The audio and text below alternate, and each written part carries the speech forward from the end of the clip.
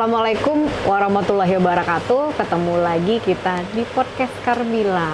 Nah, ini tadi ketemu ketua forum yang sekarang langsung pelaku UMKM-nya. Ini alhamdulillah Kamira pertama kali ketemu, ini langsung kenalan, kita langsung podcast ini. Terima kasih sudah hadir di sini. Nggak tanya satu alumni nih di SMA Negeri 1, bukan baru kakak kelas ya. Kakak kelas ya. Saya di 2000. Nah, ini Kamira ini bagus banget ini karena tadi menariknya asetnya udah sampai 11M ya. Dalam waktu 6 tahun itu evaluasi ya. Evaluasi itu 11M total 6 tahun. Tahun 2023. Jadi, khusus 1 tahun atau ditotalkan selama 6 tahun? Evaluasi itu nilai perusahaan kita setiap tahunnya. Jadi tahun 2023 itu 11 miliar. 11 miliar ya, dalam waktu 6 tahun. Iya. Nah, ini kan menarik karena orang tahu UMKM ini enggak apa ya?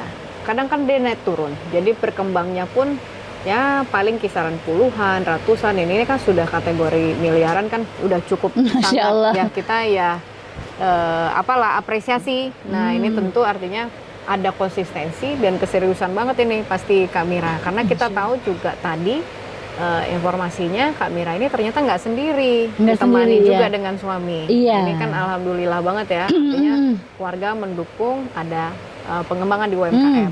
Silakan Kak Mira, mungkin mau diceritakan UMKM ini berkembang pesat seperti itu, apa awalnya, terus produk unggulannya apa? Iya, salam kenal Bu Karmila yang adik kelas ternyata. Adik kelas, Mila juga nggak apa-apa, adik kelas soalnya. Iya, alhamdulillah terima kasih Sukron sudah diundang ke acara podcast yang sangat menyenangkan ini. Kita cukup ya happy lah gitu, ada yang memperhatikan UMKM sebegitunya gitu. Jadi kalau cerita-cerita santai tentang bisnis ini, kita mulai Makaca itu tahun 2017 itu, Bu Mila. Jadi sebenarnya nggak sengaja nih, mulainya tuh karena si anak yang namanya Aca itu susah makan nasi, sehingga berat badannya itu di bawah garis yang hijau-hijau itu loh. Jadi kartu menuju sehat itu KMS itu kan punya garis tuh kan Kak. Nah dia di bawah itu karena memang susah sekali makan. Nah terus dicobain roti lah, dia maunya roti, cuman nggak naik-naik. Nah setelah konsul dengan dokter, waktu itu dokter di Pekanbaru yang terkenal itu yang di jalan Samratulangi, ya tahu ya itu. Sekarang udah pensiun. Ya saya dimarahin. Ini kenapa anaknya kurus, mamanya gemuk katanya. Tapi masih ASI waktu itu. Karena mamanya nyontohin, anaknya nggak mau ngikut. Jadi ikut sendiri. Iya. Nah akhirnya kamu kasih makan apa? Ya nggak mau makan nasi dong, maunya roti. Nah buat roti sendiri dong. Buat roti sendiri. Iyalah katanya, buat anak kok, kenapa enggak katanya. Nah akhirnya searching lah resep roti yang memang ternyata di luar sana itu roti itu ada yang bahan bakunya itu cuman air, minyak gitu kan. Nah kita benar-benar yang pakai telur, pakai butter, pokoknya yang memang full gizi lah ya, premium untuk anak sendiri ya. Nah akhirnya dicoba, nah terus ya pakai roti, pakein isi daging apa segala macam. Nah alhamdulillah dia senang, terus akhirnya berat badannya bertambah. Nah dari situ teman-teman suka tanya, anaknya kok udah lumayan nih katanya, makan apa? Dikasih makan contoh. Iya. Nah terus kasih makan roti, cobain. Nah akhirnya cobain, nah terus repeat order. Nah dari situ terus sampai kita PO itu hampir 2 minggu lah, kan kasihan, sampai lupa dia kalau pernah order gitu. Akhirnya dari situ kita beranikan diri, readykan rotinya, terus rotinya jalan, terus kita karena pegawai udah nambah ya kita pengen produk apa lagi nih. Nah akhirnya angkat ke Mojo karena waktu itu teman-teman mau pergi atau mau bawa oleh-oleh dari Pekanbaru, khasnya ke Mojo ini masih kurang waktu itu, kurang representatif lah gitu. Dari rasanya terlalu manis waktu itu, dari kemasannya masih ya Bu Mila tahu lah ya. Nah jadi dari situ kita coba-coba terus, nah akhirnya ketemulah formulasi ini dan sampai sekarang itu terus kita kita gali terus sisi bisnisnya, terus kita perbaiki dari segala macam ya, sehingga kita tahun 2020 pas pandemi orang tutup toko, kita buka toko. Ya terus ya omset memang sempat turun, tapi alhamdulillah kita tidak ada merumahkan satupun karyawan. Akhirnya kita malah nambah karyawan. Alhamdulillah terus bertumbuh sampai sekarang. Kita benahi dari segala macam sisi. Tahun lalu kita penawaran saham pertama di LBS Urundana itu. Apa itu LBS? LBS itu Lembaga Bantuan Syariah untuk urun dana. Jadi dia lembaga yang mengumpulkan dana-dana masyarakat. Jadi untuk ditempatkan di perusahaan-perusahaan yang membutuhkan. Yeah. Nah, jadi kami itu sudah bikin badan usaha itu 2019, Bu. CV Makaca Boga Utama namanya. Tapi karena ada kebutuhan untuk mau lepas saham ini, maka usahanya ini harus ditingkatkan menjadi badan hukum, jadi PT. Jadi tahun lalu tuh udah PT. Gitu. Berarti ini udah besar ya, mulai dari CV jadi PT, udah kenal saham. Gitu ya. Masya Allah, belum besar, masih belajar, Bu. Iya, gitu Bu perjalanannya. Kalau menarik nih karena kan mengambil bantuan dana dari lembaga bantuan syariah. Ya. Kenapa pilihnya kok lembaga bantuan syariah? Kita kan juga punya perbankan ya yang maksudnya bisa kasih modal atau segala macam gitu. Karena kan dengan kita suku bunga juga, toh juga kita bisa bantu menghidupkan pegawai ataupun inilah di perbankan. Kenapa kok malah milihnya lembaga bantuan syariah? Apakah lebih menguntungkan? Apa caranya lebih nyaman? Terus seperti apa nih? Iya. Dari awal saya dan suami itu membuat usaha ini tanpa pinjaman bank konvensional maupun bank syariah. Sehingga ketika kita pelajari lebih dalam mengenai akad-akad syariah yang ada, itu masih belum sesuai sebenarnya. Nah, tapi kan kita tetap butuh suntikan modal nih untuk terus berkembang. Nah, salah satu optionnya di LBS itu ada pinjaman suku namanya dan ada saham. Nah, kalau suku kan tetap harus dikembalikan seperti di bank desa. Nah, yang kami memilih saham karena begini, ketika kita menawarkan saham ke banyak orang, misalnya sekarang terkumpul 343 orang, maka 343 orang itu akan ikut berdoa bersama kita agar nilai sahamnya naik. Filosofinya bagus nih. Dividennya lancar. Nah, apalagi kalau 1.000 orang ngedoain. Nah, amin. Nah, itu. Jadi gini, kita bercermin ke perusahaan-perusahaan besar ini, Bu Karmila.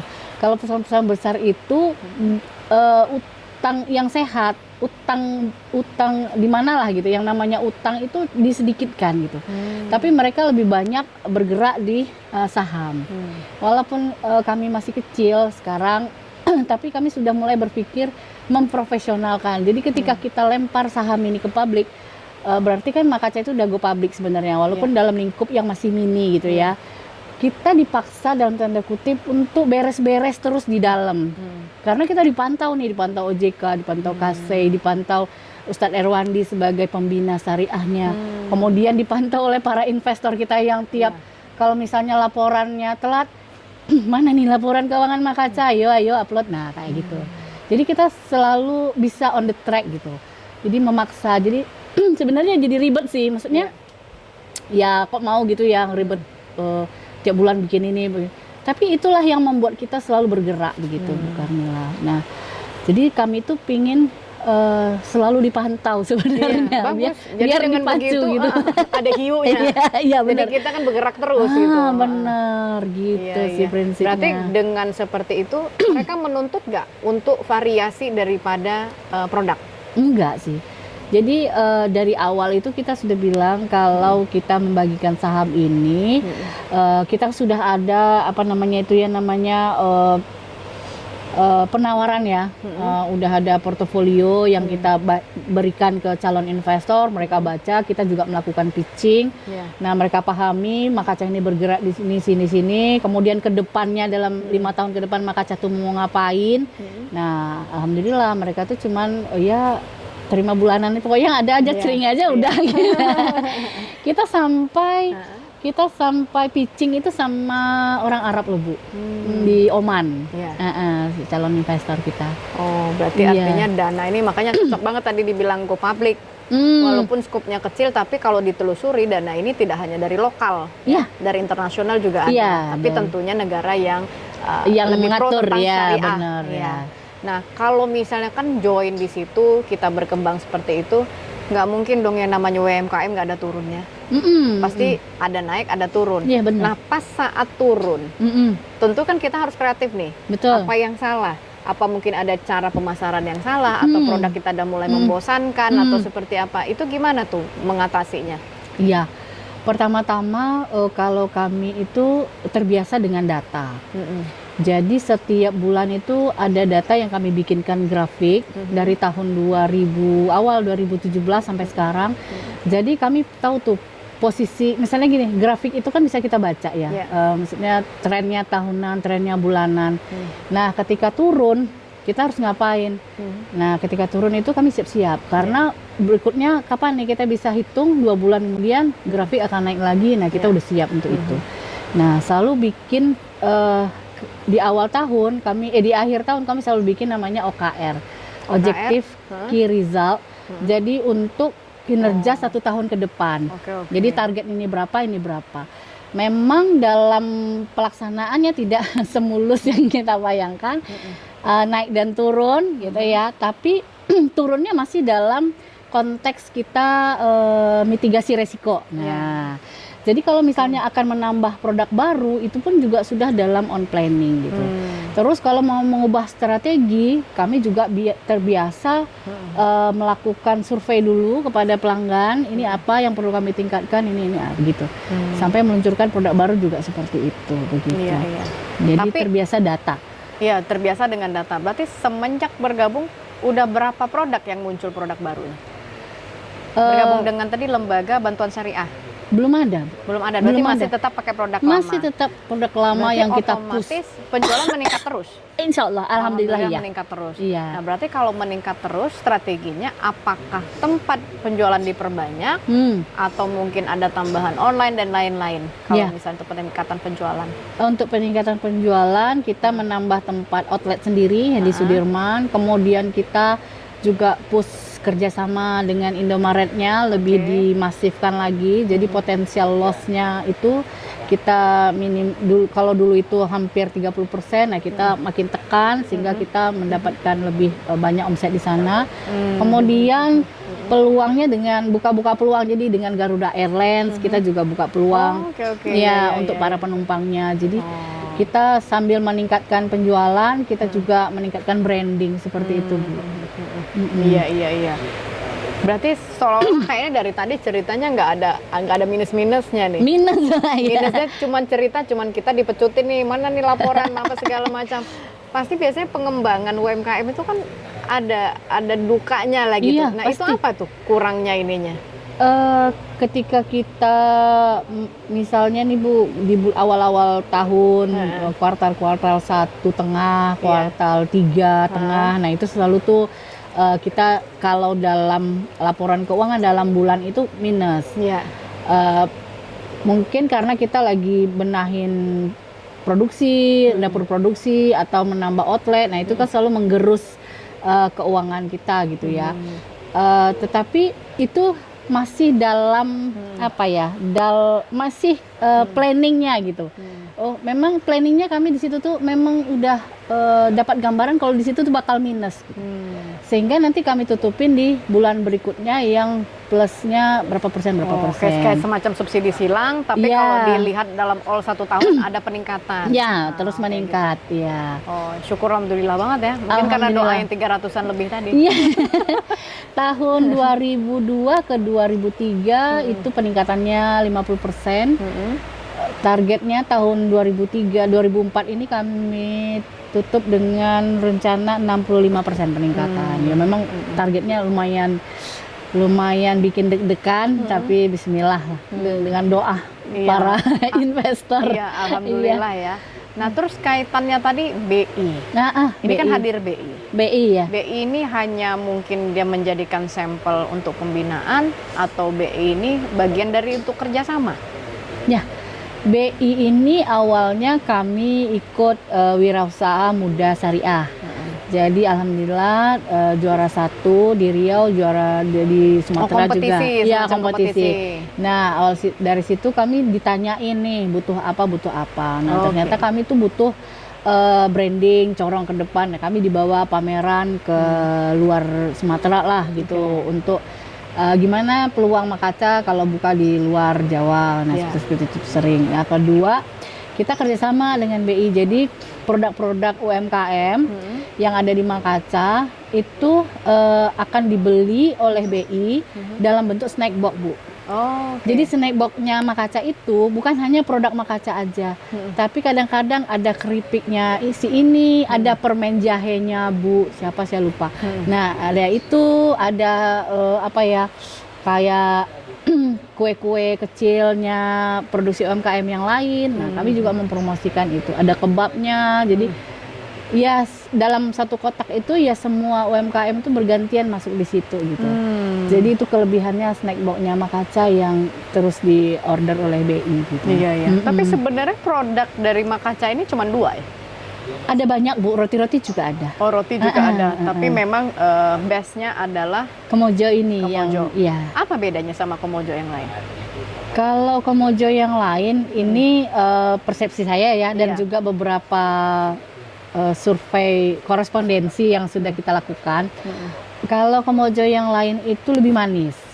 Nah, kita kan mengambil peluang bahwa sekarang itu ada pasar yang tidak suka terlalu manis. Ya. Apalagi semakin mengerti kesehatan. Iya, benar. Nah, jadi kami mengurangi rasa manisnya itu sampai 50% dari resep. Yang pertama. Yang kedua, dari sisi ini besarannya. Kalau di tempat lain jual Komojo mini itu banyak. Nah, setelah kami lakukan survei bahwa untuk oleh-oleh, bahwa untuk sekarang yang rumah yang punya anak 2, maksudnya punya keluarga itu anggotanya nggak banyak-banyak, mereka tuh nggak pingin nyimpan makanan tuh banyak-banyak. Iya. Nah, jadi akhirnya lah isi 6 aja. Jadi memang praktis dan bentuk kotaknya ya juga menarik ya. Iya, itu. Bentuk kotaknya juga menarik ya. Iya sih. Jadi ini best seller di Indomaret Fresh juga yang di bandara. Oh, karena udah kecil-kecil begini dan juga kalau untuk simple, ini ya, untuk ini kan juga simple lah kalau kita lihat, kecil, unik, imut lah ya. Berarti ini kalau di luar bisa tahan berapa lama ini? Itu tahan 5 hari. Nggak perlu di kulkas? Nggak perlu di kulkas. Nah, itu lebih panjang. Tanpa pengawet? Tanpa pengawet. Jadi itu lebih panjang sebenarnya daripada yang diproduksi oleh teman-teman yang lain. Itu yang pertama. Yang kedua, kita juga udah jalan, sekarang sedang jalan sertifikasi HACCP sebenarnya Bu, untuk di pabrik kita, untuk si Komojo ini. Jadi dari sisi higienisnya, halalnya, nah ini lebih terjamin. Oh gitu. Termasuk juga ini, apa namanya? Lapis legit. Lapis legit, namanya Gulung, Lapgit. Lapgit. Tuh. Oh iya juga sih, jadi semua kemasannya tuh nggak terlalu besar ya? Iya. Karena jadi itu lucu juga nih kalau misalnya ya. Jadi kalau misalnya kita mau ngasih orang ini satu tuh udah kelihatan kayak banyak. Iya, betul. Bener sih. Nah, ini itu idenya bagus ini. Iya, tahun ini kami itu dibina Kemenperin juga untuk HACCP. Oh, oke. Berarti ini udah ekspor? Akan Bu. Jadi sekarang kami lagi ada riset Komojo itu bisa tahan 3 bulan tanpa pengawet. Jadi dengan teknologi pangan. Iya. Jadi itu butuh modal juga sih sebenarnya untuk beli mesinnya. Oh, oke. Jadi nanti ngakalinnya gimana nih? Karena jual saham lagi Bu. Jual saham lagi. Iya. Nah, saya kurang ngerti nih, jual saham lagi ini gimana nih maksudnya nih? Jadi saham Makaca itu kan 100% ya Bu ya. 100% itu tadinya milik kami semua kan. Ada 3, ada saya, anak dan suami. Nah, karena kita butuh modal, dari itu kita putuskan, karena kita hanya butuh waktu itu 1,6 miliar, maka itu sebesar 14%. Jadi 14% ini diambil dari masing-masing pemegang saham ini. Jadi sekitar 3%, 4% lah diambil. Nah, jadi si 14% ini adalah milik pabrik tadi. Jadi sisa yang milik kami itu sekitar 86 ya Bu ya. Hanya tinggal 86% itulah yang punya kami lagi gitu. Nah, nextnya kalau akan insya Allah nih Bu, kita beli mesin terus kita bikin pabrik khusus untuk makanan ini, ya kami akan jual saham lagi gitu. Berarti sampai saat ini jumlah karyawan sudah 28. Tapi mesin belum terlalu banyak ya. Mesin belum. Kalau ya mesin roti yang pasti udah punya. Ya, oven itu standar. Itu standar lah ya. Nah, nanti akan ada lagi penambahan mesin dan rencana juga akan penjualan saham. Untuk menambah modal. Nanti ini bagus ya, karena kan kalau saya kan kebetulan juga ya kalau kita bilang apalah wakil rakyat. Nah, pas waktu lagi reses, ini banyak sekali kendala. baik itu modal, baik itu pemasaran, terus memperbaiki kualitas, termasuk tadi lagi manajemen keuangan. Karena betul. kalau UMKM yang tradisional dia suka pakai untuk kebutuhan pribadi. Itu tuh yang Nah ini yang yang mau riskan. sedikit boleh kasih tips nggak ke UMKM yang tradisional? Bagaimana ngakalin supaya jangan diganggu dulu gitu untuk kebutuhan di rumah, tapi sementara kita juga perlu berkembang gitu. Iya, betul. Jadi awalnya kita itu membagi 3, Bu. Profit. Oh, 3 profit. Jadi setelah dikeluarkan semuanya, misalnya Kemojonya lakunya 10, kemudian hitung modal yang Kemojo laku 10 itu misalnya 100.000 nih. Nah, kita dapatnya 150.000. Berarti kan profit kita 50.000 setelah dikeluarin semuanya.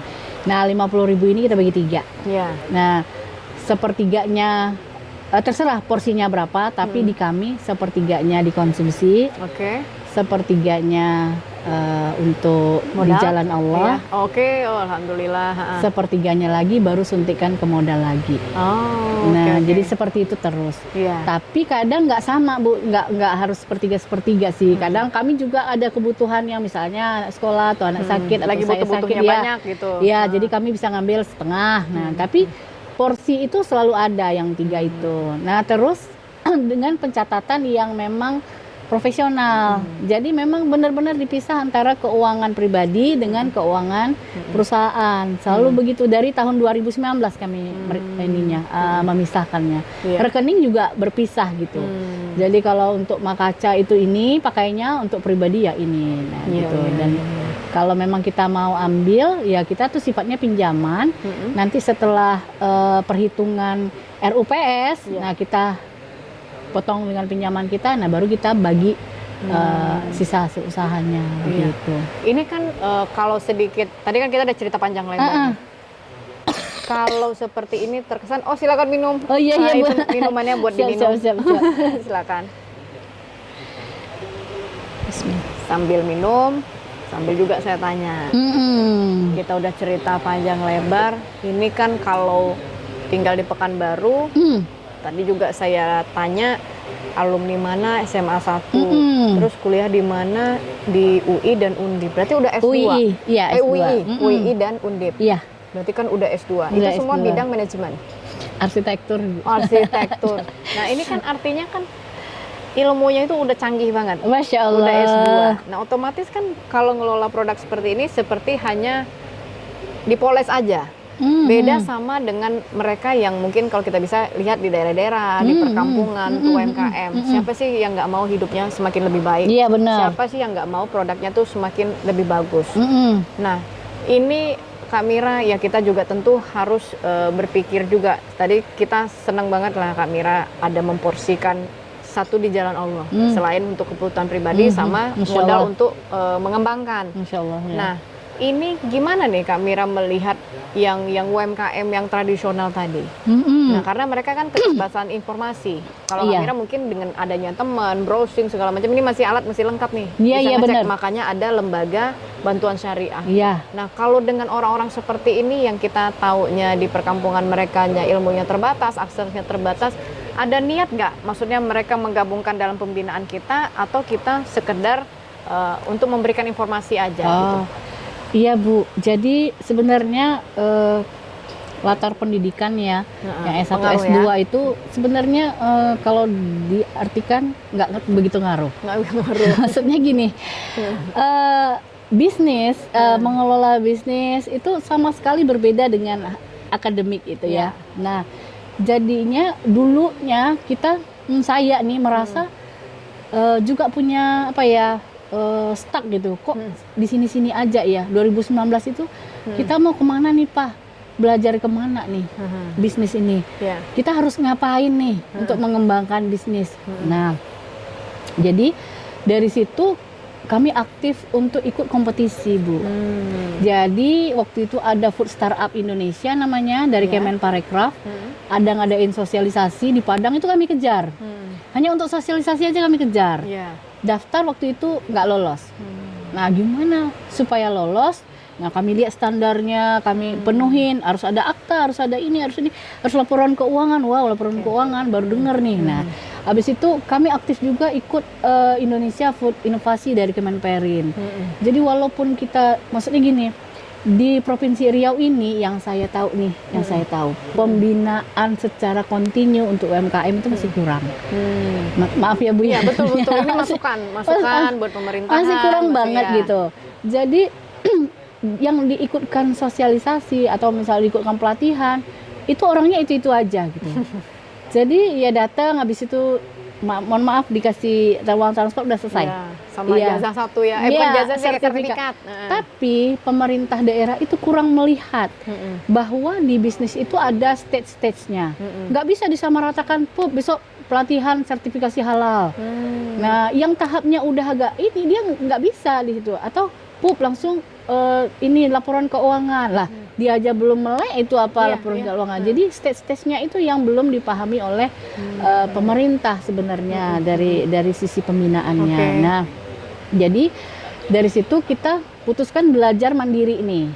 Saya baca buku, suami ikut ini ikut itu, kita ikut workshop baik yang berbayar maupun yang diadakan oleh pemerintah. Nah, sampai saat itu tahun 2020 kita dapat BIP, bantuan intensif pemerintah di Riau ini cuma 2. Makaca dengan kawan jalan namanya. Dengan penilaian apa tuh bisa bergabung di situ? Dengan penilaian semua legalitas dan bayar pajak dan lain-lain. Nah, alhamdulillah waktu itu kami udah lengkap gitu. Termasuk yang tertib dan komplit. Iya, tertib dan komplit. Alhamdulillah waktu itu tahun 2020 itu dapat 100 juta dari pemerintah. Nah, terus kami pernah juga dapat bantuan dari Facebook, dari Meta. Mark Zuckerberg itu, jadi waktu COVID, Facebook itu kirim ke email kita semua dan kirim juga ke Facebook bahwa dia akan memberikan bantuan ke UMKM asal ngisi ini nih gitu. Dalam bahasa Indonesia, bahasa Inggris oke. Nah, tapi banyak yang nggak percaya dan email tuh masuk ke saya gitu kan. Oh, ini apa nih? Nah, kita coba ikut. Akhirnya di Asia Tenggara itu ada berapa ratus gitu, dan termasuk Makaca gitu. Dan langsung dikirim uangnya hibah gitu. Wow. Nah, itulah yang membuat kita bertahan di masa pandemi. Dan informasi itu memang tidak dipungkiri saya dapat dari media sosial. Jadi media sosial ini ada baik ada buruk ya Bu Karmila ya. Jadi kalau kita ambil baiknya ya sebagai corong bahwa informasi yang di pusat sana atau di luar sana, yang di luar Indonesia itu nyampe ke kita gitu. Nah, asal kita aktif gitu. Kita aktif mencari dan kita mau effort untuk memenuhi semua persyaratan yang ada yang dia minta gitu. Dan lumayan banyak. Salah satunya pajak. Nah, itu juga terkendala di teman-teman UMKM pada nggak mau buat MPWP dulu. Kalau sekarang kan NIB wajib MPWP kan. Takut kena pajak sih sebenarnya. Iya, padahal enggak kan. Padahal kan ada sekian omset berapa ini baru dipajakin seperti itu. Nah, jadi kadang-kadang informasi itu belum ditelusuri, belum belum dilihat benar apa enggaknya, tapi udah percaya gitu sama orang. Karena kan informasinya dari omongan orang. Nah, ya itu. Jadi kemampuan untuk cross check itu kan nggak ada. Nah, iya benar. Iya, mungkin malas baca atau mungkin cari tahunya juga nggak inilah ya, nggak komplit ataupun nggak tuntas gitu, bisa jadi. Jadi penting artinya tuh kita tuh punya mentor sebenarnya UMKM itu. Punya mentor yang ngarahin kita itu yang secara kontinu gitu, bukan yang putus habis itu besok ganti lagi, putus lagi, bukan yang sepenggal gitu, tapi yang memang kontinu. Nah, kami dapat itu dari Food Startup Indonesia, dapat dari Kemenperin, seperti itu. Karena konsisten tadi nyari informasi terus nambah terus, yang bisa diajak kerjasama, yang dia bisa ditanya gitu ya, benar. Juga mungkin ikut kompetisi dan lain-lain. Jadi kalau misalnya berarti sama aja yang disampaikan Kak Mira ini tergantung. Kalau kita serius, ya ada jalan seperti itu ya. Tapi ya kalau dicari kelemahan, ya misalnya seperti, wah saya nggak punya kuota nih, mau ngecek sana, ini aja udah terbatas dananya. Misalnya contoh seperti itu, ya saya gimana ya, tinggalnya di kampung, yang beli siapa, ya itu aja. Nah, jadi hal-hal seperti ini yang mungkin bisa melemahkan. Nah, kalau Kak Mira lihat, kayak forum UMKM itu, bermanfaat banget nggak sebenarnya itu? Tergantung Bu, forumnya apa gitu. Saya ada beberapa teman-teman yang bukan dibina ya, tapi Ma Aca, tolong dong ini gimana. Nah itu, jadi kita ada kelompok kecil, bukan forum, yang kita namakan wanita bisa bisnis. Nah jadi saya sebagai tempat mereka bertanya, mungkin karena lebih dulu melangkah. Nah mereka yang akan ngerjain gitu. Jadi pelan-pelan mindsetnya dirubah. Tapi ya memang begitu Bu Kamila. Jadi effortnya memang lebih karena latar belakang cara berpikir juga beda. Effortnya ya maklum lah ibu-ibu kan udah dikerjain belum ininya, oh anak demam ini. Kayak selalu alasan aja yang disampaikan. Iya seperti itu. Jadi balik lagi sih ke personnya seperti itu. Forum itu kebanyakan di Riau ini ya adalah yang bagus, ada yang juga kurang. Ya, yang kurang. Ya. Tergantung kita mau nyari dan gabungnya bisa pilih-pilih atau enggak gitu ya. Iya. Dan mau cari-cari terus mana forum yang bagus. Ya, forum itu harusnya sebagai ekosistem ya Bu, ekosistem ke supplier, ekosistem ke market, ekosistem juga ke investor.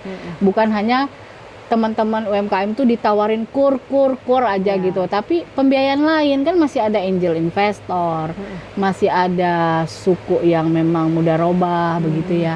Nah jadi jangan kur terus gitu, kalau kur terus ya begitulah gitu. Kalau pinjaman itu sifatnya untung rugi kita harus tetap bayar kan Bu.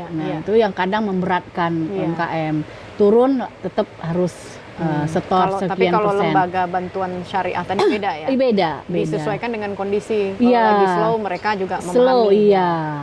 Nah kan sekarang kalau kita bilang ya cukup mumpuni lah kondisi sekarang Kak Mira. Nggak ada niat kah untuk pembinaan? UMKM yang lain? Kalau ada diminta, saya insya Allah bersedia. Tapi untuk menseriuskan membina suatu bikin forum yang memang resmi itu mungkin belum pede Bu, belum pede karena ilmunya masih sedikit. Artinya kan nanti kalau misalnya ada satu saat entah orang datang ke Makaca bertanya dengan senang hati. Dengan senang hati. Tapi kalau misalnya disuruh untuk membuat forum agak inilah ya kurang pede Bu. Butuh waktu lagi untuk lebih mature lagi. Karena ilmunya masih sedikit Ibu. Kami sih ngedoain biar terus berkembang lah. Amin. Makaca ini mudah-mudahan produknya nanti bertambah lagi.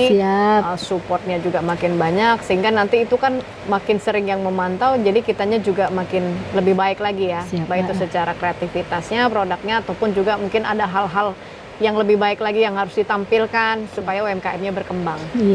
Aduh ini kita saking seriusnya, saking apanya bagus. Kamera ini menarik. Apalagi tadi yang sistemnya tadi makin orang banyak bergabung, nah yang mendoakan banyak.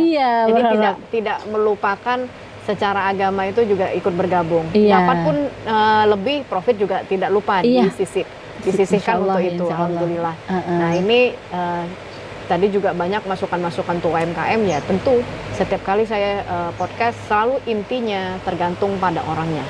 Nah kalau misalnya orangnya konsisten, komitmen, tanggung jawab, banyak kemudahan dan selalu ada jalan. Terima kasih Kak Mira, semoga sukses terus produk-produknya, Makaca dan juga mungkin produk lainnya dan juga untuk UMKM lain. Amin. Terima kasih, sampai jumpa di podcast berikutnya.